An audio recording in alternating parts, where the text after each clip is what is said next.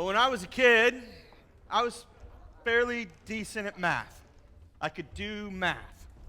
And so I got put in this advanced class called algebra. And for some reason, somebody thought it'd be a good idea to introduce letters to math. As if numbers weren't getting it done, we're just going to put letters in the equation. Now, I took algebra my 7th grade year. I also took algebra my sophomore year. And every year in between, I took algebra because I couldn't pass algebra. And I couldn't pass algebra for 2 reasons. Number one, I didn't care. Like, putting letters in math is stupid, all right? It didn't make no sense to me, and I just didn't care. But number 2, the year that I took algebra is the same year that the Beastie Boys released the record License to Ill. And that record changed my year, changed my little 12-year-old life. Like, it introduced me to a whole genre called hip-hop. And all of a sudden, I went down that rabbit hole. And all of a sudden, I didn't care about letters and numbers. And so I, here, 30 years later, still can't do algebra. But I can sing almost every song on that record to this day, some 30 years later. How do you like me now, Mr. Nelson? All right? Music and memory tend to go together. We sing to remember. Now, I've known this for about 30 years. Some of you know this. And anybody got one of those albums that, like, you just put on and you can sing every word to every song? Anybody got an artist that you're like, I know every song that artist has ever done, and I can sing every song? Anybody ever loved an artist well enough to be able to sing and recognize any song within 1 second of that song? Check out this strange video. All right, I'm outside the Mission City office right now, and I'm conducting an experiment. A lot of you know our friend Hannah Martin claims to be a Swiftie, which is what they call Taylor Swift fans. I don't really get the hype, but I'm gonna quiz her and see how well she knows Taylor Swift's discography. So why don't you follow me inside, and we're gonna do this thing. Hannah, have a mission for you. Oh no. Okay, you claim to be a Swiftie, right? Yeah. Tell the Mission City people how much you love Taylor Swift. I love Taylor Swift. I am her biggest fan. I am in her top 1% of Spotify listeners. Okay, we'll see about that. We're gonna play 12 Taylor Swift songs, and your job is to guess what song it is by hearing 1 second of the intro. You have 3 seconds to guess what it is. Are you ready? Okay, I guess so. Maybe. Okay, follow me. All right. Okay.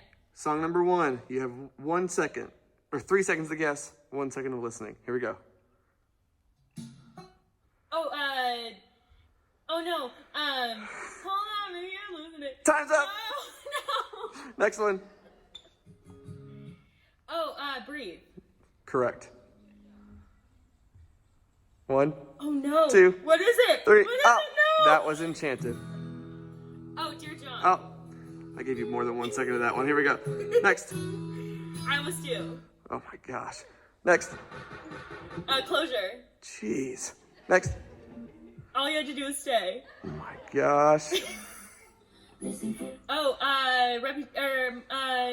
Delicate. Got it.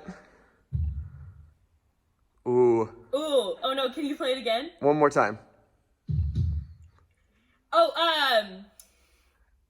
Time's up. No. It's Afterglow. Afterglow. All right, these last 3 are a little tricky because they sound similar. You ready? Okay. Last 3. Oh, Mastermind. Sweet Nothing. Oh, Peace. Ah! Favorite Taylor Swift song. Got it.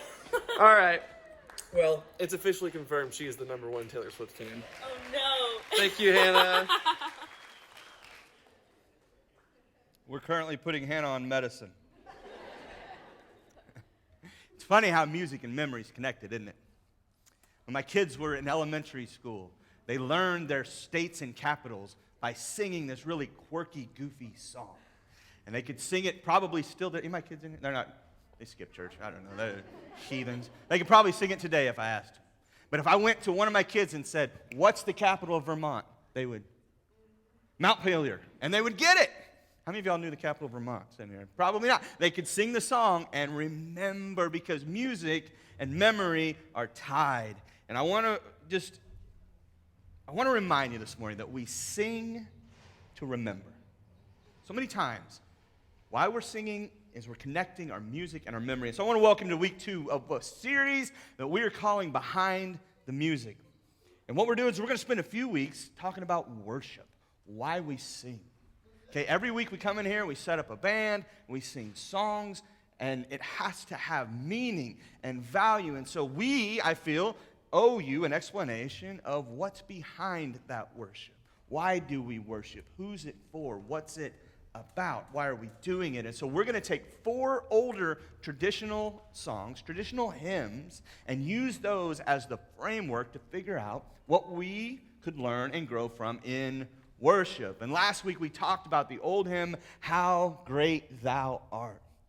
And we talked about wonder and what it meant to worship in wonder. Wonder of creation, wonder of grace, and wonder of glory. And this week we're going to throw it way back.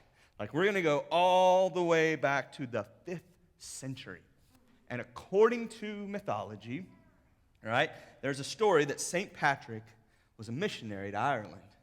And at the time, King Loger of Tara was overseeing Ireland, and he issued a decree that there would be no fires on the island until he lit a fire, signifying a pagan ritual holiday. Well, St. Patrick, in a very punk rock move, decides he's going to light a huge bonfire in defiance of this pagan holiday. And it attracts this huge crowd of people because they want to come see what this is all about. And St. Patty uses that opportunity to tell these people about Jesus. And this king sees this act of defiance as so brave. He's like, the audacity of this dude. He doesn't have him arrested. He doesn't kill him. In fact, he lets him continue with his message to the island of Ireland. And so fast forward to the 8th century, some 300 years later, the monks that lived in Ireland would write poems about what St. Patrick had done. And there was a particular monk by the name of Dallan Forgale who wrote an Irish poem in Gaelic called Roptu Mobile, and to remember and honor the faith of St. Patrick. And Forgale's poetry lived on as part of the Irish monastic tradition until the early 20th century, when Mary Elizabeth Byrne would translate the poem into English. And in 1912, Eleanor Hull versified the text into the now well-known loved hymn, Be Thou My Vision. And we have been singing this song in some form of capacity for some 1,500 years. I just want to read you the lyrics of this song. It says, Be thou my vision, O Lord of my heart. Not be all else to me save that thou art. Thou my best thought, by day or by night. Waking or sleeping, thy presence is my light. It says, Be thou my wisdom, and thou my true word. I ever with thee, and thou with me, Lord, thou my great Father, and I thy true Son. Thou in me dwelling, and I with thee one. Riches I heed not, nor man's empty praise. Thou is mine inheritance, now and always. Thou and thou only, first in my heart, High King of heaven, my treasure thou art. High King of heaven, my victory won. May I reach heaven's joys, O bright heaven's sun. Heart of my own heart, whatever befall, still be my vision, O ruler of all.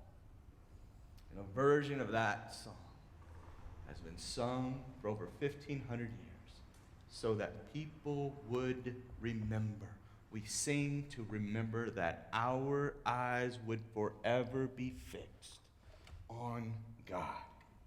That we must remember that our vision, that where we look, where our focus is, whatever has our attention matters. What we look at, where we see, what is in front of us, our focus matters. I am learning the value of vision. You all, about a year and a half ago, I woke up and all of a sudden I just couldn't see from like my arm in. Oh, from like my arm, see, clearly I can't see. From my arm in, I would like try to read, and I started doing that thing that like I've seen old people do, that like where they hold the menu out, and I started like blowing up my like font on my phone, and I'm like, anyone else in this like crazy place called middle age where you got readers laying all over the house because you can't see from your arm in? And I'm learning that vision matters.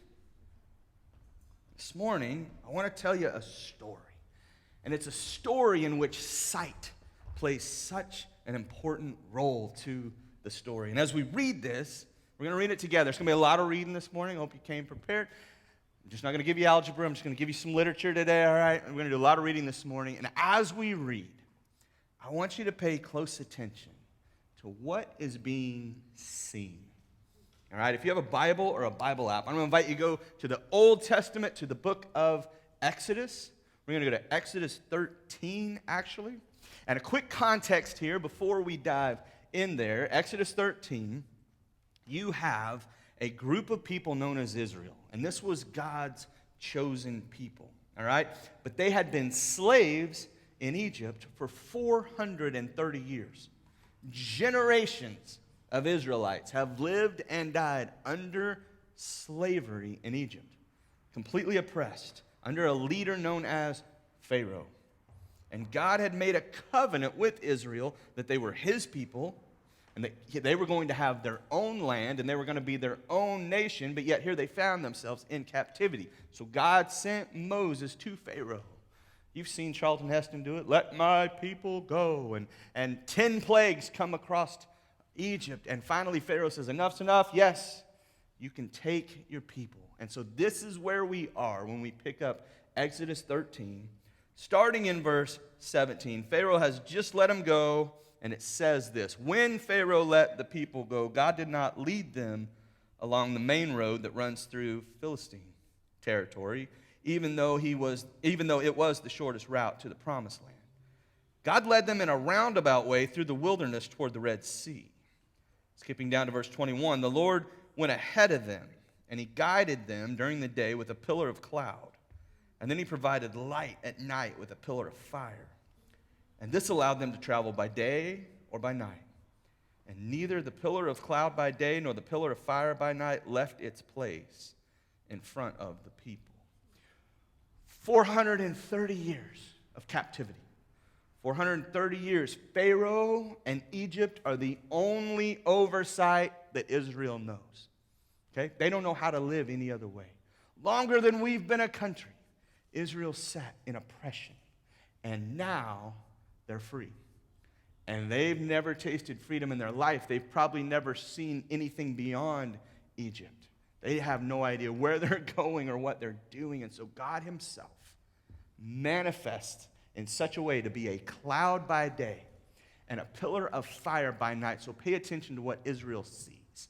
They see God himself come be among them as a cloud by day and fire by night, so that he might lead them toward the promised land. But they're going about it toward the Red Sea, not in the most direct route. All right, Exodus 14:5, skip down. It says, when the word reached the king of Egypt that the Israelites had fled, Pharaoh and his officials changed their minds. What have we done letting all those Israelite slaves get away, they asked. So Pharaoh harnessed his chariot and called up his troops, and he took with him 600 of Egypt's best chariots, along with the rest of the chariots of Egypt, and each with its commander. The Lord hardened the heart of Pharaoh, the king of Egypt, so he chased after the people of Israel, who had left with fists raised in defiance. And the Egyptians chased after them with all the forces in Pharaoh's army, and all his horses and chariots, his charioteers and his troops. The Egyptians caught up with the people of Israel as they were camped beside the shore. And as Pharaoh approached, check this out, the people of Israel looked up and panicked when they saw the Egyptians. They cried out to the Lord, and they said to Moses, why did you bring us out here to die in the wilderness? Weren't there enough graves for us in Egypt? What have you done to us? Why did you make us leave Egypt? Didn't we tell you this would happen while we were still in Egypt? We said, leave us alone. Let us be slaves to the Egyptians. It's better to be a slave in Egypt than a corpse in the wilderness. Notice the second thing that the Israelites are now seeing. They're seeing the most powerful army in the world surround them. They see the size of this army. They know full well how powerful this army is. Okay, they've known it their whole lives. They've lived under them. This would have been a massive army that completely surrounded them. And based on what Israel's eyes were fixed on, they were panicked.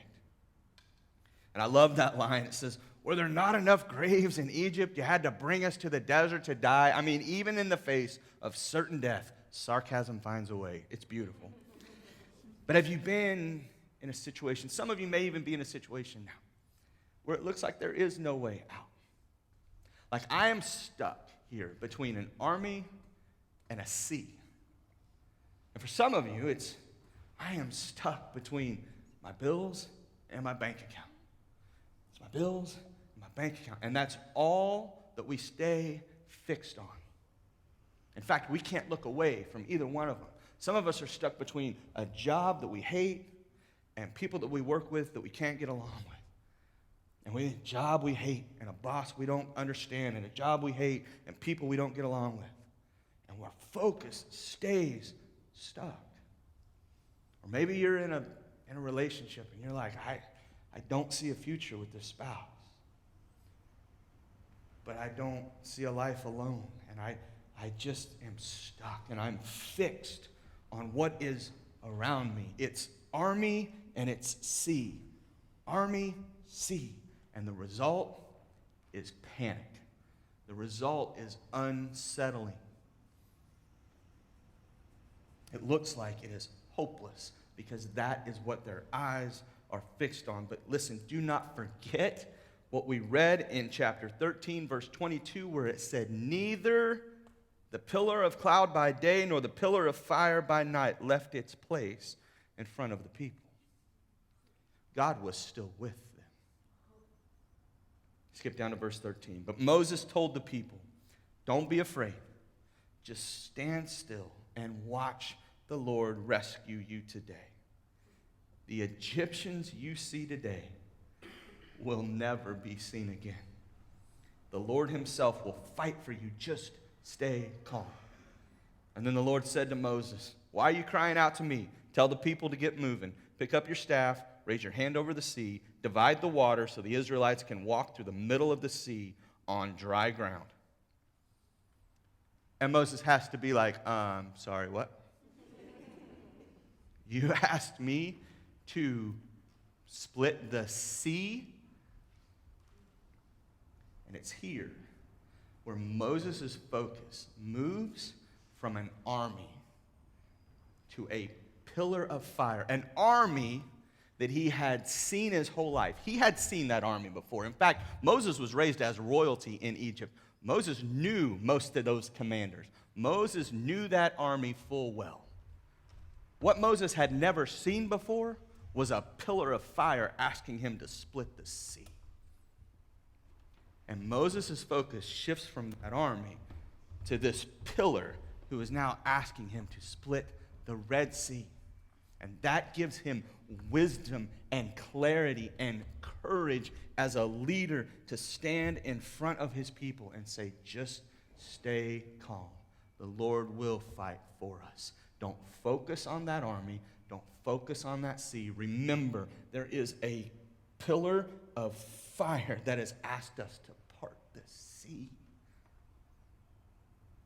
And Moses turns to his people and says, now, watch this. And in verse 21, it says that Moses raised his hand over the sea. And the Lord opened up a path through the water with a strong east wind. The wind blew all that night, turning the seabed into dry land. And so the people of Israel walked through the middle of the sea on dry ground with walls of water on each side. Notice, what the Israelites can see now. Did you know that the Red Sea is some 7,000 feet deep? The Israelites are walking on dry ground with 7,000-foot walls of water on either side of them, a highway where the sea had been. They're looking at dry ground because a pillar of fire who had promised them their own land was making a way. He promised them freedom. He promised them their own prosperity. And listen to me this morning, when the Waymaker makes you a promise, there is not an army or a sea that exists that can stop him. The story would finish like this: that the Egyptians pursued them, and all Pharaoh's horses and chariots and horsemen followed them into the sea. And during the last watch of the night, the Lord looked down from the pillar of fire and cloud at the Egyptian army, and he threw it into confusion. He jammed the wheels of their chariots so that they had difficulty driving. And the Egyptians said, "Let's get away from the Israelites. The Lord is fighting for them against Egypt." And then the Lord said to Moses, "Stretch out your hand over the sea, so that the waters may flow back over the Egyptians and their chariots and horsemen." So Moses stretched out his hand over the sea, and at daybreak the sea went back to its place. The Egyptians were fleeing toward it, and the Lord swept them into the sea. The water flowed back and covered the chariots, the horsemen, the entire army of Pharaoh that had followed the Israelites into the sea. Not one of them survived. But the Israelites went through the sea on dry ground, with a wall of water on their right and their left. And that day the Lord saved Israel from the hands of the Egyptians, and Israel saw the Egyptians lying dead on the shore.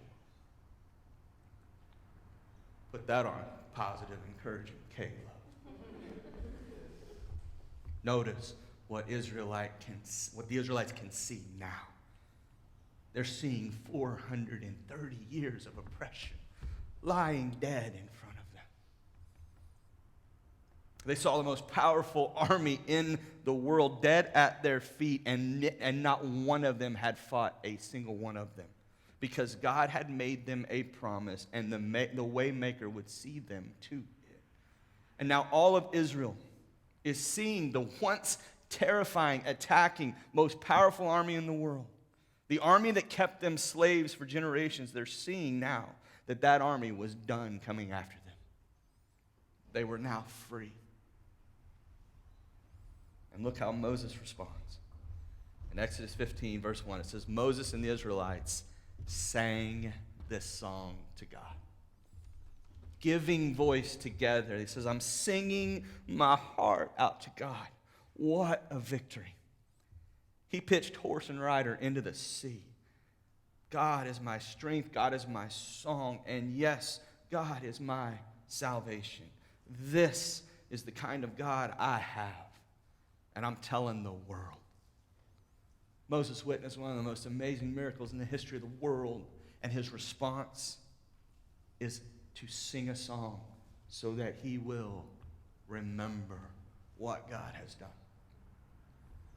I don't know, what you believe here today about God or the Bible. We love to say that you can belong before you believe anything here. And I'm glad that you're here today. And if you hear a story like that, and you're like, that's the most insane thing I've ever heard. Well, let me tell you this.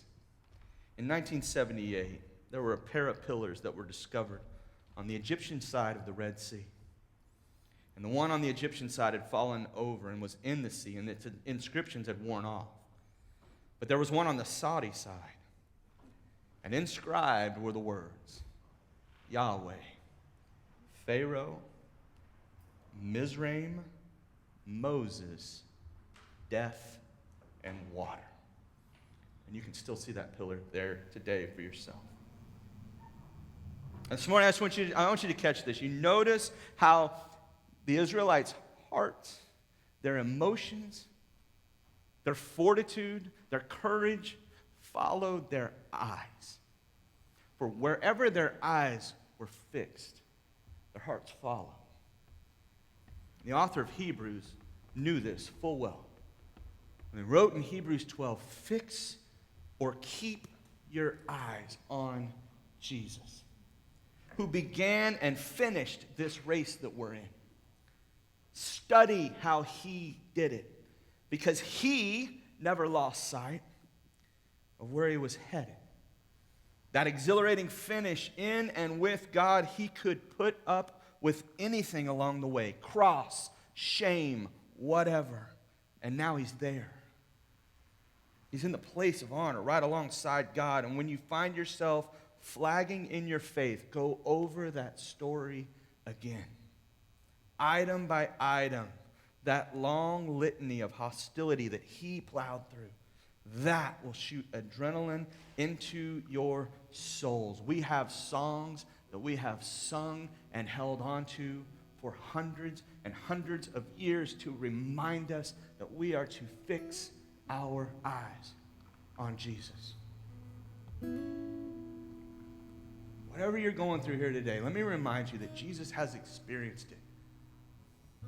You and I don't have a sorrow, you and I don't have a pain that Jesus doesn't understand. God himself came, lived among us. He experienced pain, experienced loss, experienced shame, and ultimately death. And there's this other old classic hymn. It says this, it says, turn your eyes upon Jesus. Look full into his wonderful face. And the things of earth, they grow strangely dim in the light of his glory and grace. Friends, get your eyes off the army. Get your eyes off the sea. And fix your eyes on Jesus. And the things of earth will grow strangely dim in the light of his glory and grace, the one who conquered armies and the one who created the sea. The Bible says, do not be afraid. Do not be discouraged. The Lord your God, he is with you. He will not leave you nor forsake you. I am not asking you this morning to ignore pain. I'm not asking you to just ignore whatever it is you are going through, but rather what I'm saying is that you would fix your eyes on Jesus, because you very well may have to go through those things, but you will not go through them alone. Don't focus on the army. Don't focus on the sea. Sing to remember. Sing to direct your eyes. Sing to direct your focus on the one who has endured it all. That's why we sang this morning. You may feel attacked this week. Spiritually, you might feel like you're under attack. You remember that we sang, I raise a hallelujah in the presence of my enemies. We sang that. Remember how we sang, God, you're bigger than all my fear. I promise you, you're going to be afraid this week. But we sang to remember, God, you're bigger than all my fear. We will not be moved when the earth gives way. For the risen one has overcome. And we sing to remember. So I've asked Austin to come. He's going to sing this song over us. We're just going to listen to it. But while we listen to it, we're going to take communion together. And I'm going to invite you to hold the elements of communion. And let those symbols be evidence. Let the symbols that you hold be evidence that God keeps his promise. You hold the evidence of his love. You hold the evidence of his grace. We serve a way maker. And let our eyes be forever fixed on him. Let me pray. We take communion together. God, I thank you. You are a way maker. For so many of us who came in here fixed on an army or a sea, would you redirect our eyes towards you? Remind us that you have overcome. And God, you're bigger than all our fears. That you will make a way where there is no way. And you will lead us through whatever is in front of us. Be thou my vision, God. We pray that together. We take this meal together. We hold the evidence of your promise now. In Jesus' name, amen.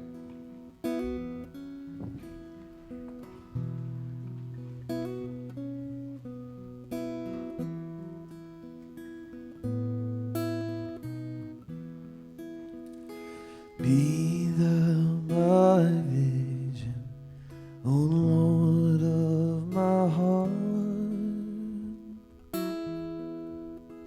Not be all else to me, say that thou art. Thou my best thought, by day or by night. Waking or sleeping, thy presence my life.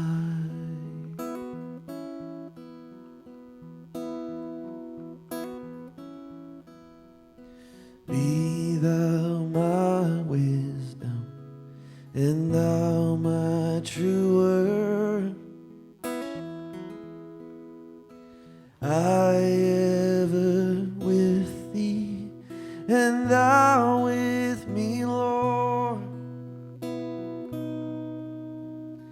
Thou my great Father, and I thy true Son. Thou in me dwelling, and I with thee one.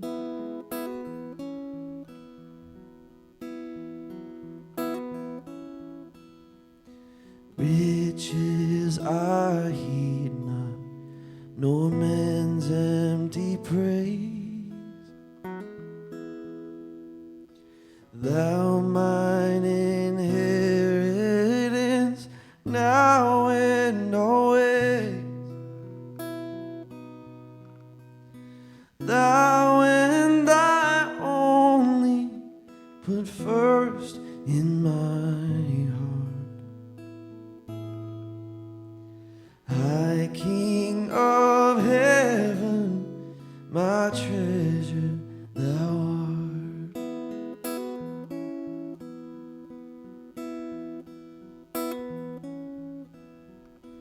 High King of heaven, my victory won. May I reach heaven's joys, bright heaven's sun. Heart of my own heart, whatever befall, still be my vision, O ruler of all.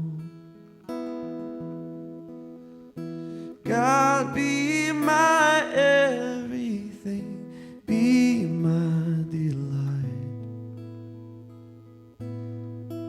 Be Jesus my glory, my soul satisfied.